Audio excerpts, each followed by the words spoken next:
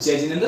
पिछले वीडियो में अपन ने बात की थी पेनिसिलिन के बारे में, उससे पिछले वाले वीडियो में अपन ने बात की थी कीमोथेरेपी के बारे में। कीमोथेरेपी को जो मैंने एक्सप्लेन किया था कि कीमोथेरेपी के क्या-क्या क्लासिफिकेशन आते हैं, दो क्लासिफिकेशन बताए थे, जिसके अंदर पहला क्लासिफिकेशन के सब टाइप थे, दो बैक्टीरियोसाइडल और बैक्टीरियोस्टैटिक। बैक्टीरियोसाइडल के अंदर अपन ने पढ़ लिया था कि पेनिसिलिन को पढ़ लिया था, और अब बैक्टीरियोस्टैटिक पढ़ने जा रहे हैं, उसका एक एग्जांपल जो कि है आपका सल्फोनामाइड। चलिए स्टार्ट करते हैं।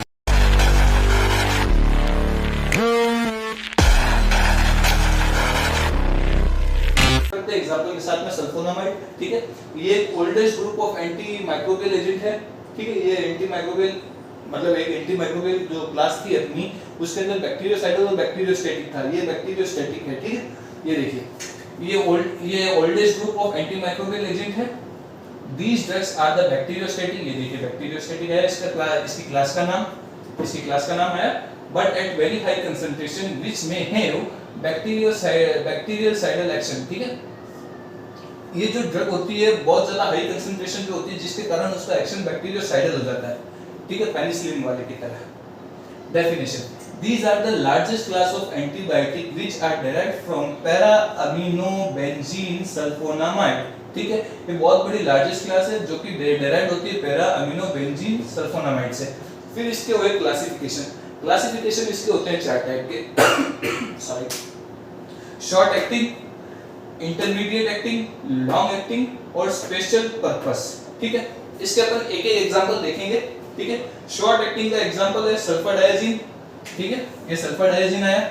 इंटरमीडिएट एक्टिंग का हो गया आपका सल्फामेथोक्साजोल, ठीक है। लॉन्ग एक्टिंग के अंदर आ गया आपका सल्फाडॉक्सिन, और स्पेशल पर्पस के अंदर आ गया आपका सल्फासालाजिन या सल्फासेलाजिन, ठीक है। इसको आपको एक्सप्लेन मतलब आपको प्रोनाउंसिएशन करने के लिए आप क्या करो कि अगर आपसे फार्मा का वर्ड अगर एक्सप्लेनेशन नहीं हो रहा मतलब प्रोनाउंस नहीं हो रहा, आप उसको डिवाइड कीजिए। ये जैसे आ गया आपका सल्फाडायाजिन,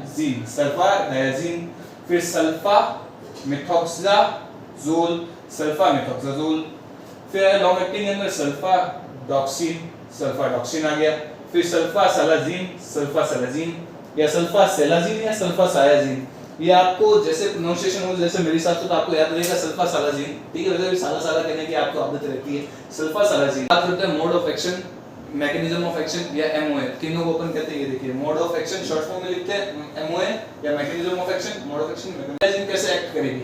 सल्फाडायाजिन आपने पेशेंट को दी, मिमिक और पापा लुक लाइक और act like para-amino benzoic acid, ठीक है, जो कि इनहिबिट करेगी मतलब ग्रोथ को कम करेगी, डाइहाइड्रोपेट्रेट सिंथेसिस को, फिर ब्लॉक करेगी फॉलिक एसिड सिंथेसिस को, जो फॉलिक एसिड का सिंथेसिस हो रहा है उसको ब्लॉक कर देगी या रोक देगी, फिर करेगा डीएनए को डिक्रीज और प्रोटीन को सिंथेसिस करेगा, और बैक्टीरियोस्टैटिक इफेक्ट करेगा लास्ट के अंदर। ये है आपके मोड ऑफ एक्शन सल्फाडायाजिन का। इसके अंदर मोस्टली आपको एक ही बता रहा हूं, क्योंकि मोस्टली 4 या 6 मार्क्स के अंदर पूछा जाता है तो बहुत बड़ा हो जाता है आंसर। 4 मार्क्स के अंदर अपन को दो पेपर का आंसर लिखना पड़ता है, आईएलटीएस के अंदर 2 या ढाई पेपर का, तो उसके अंदर आपके लिए इनफ करेगा मतलब।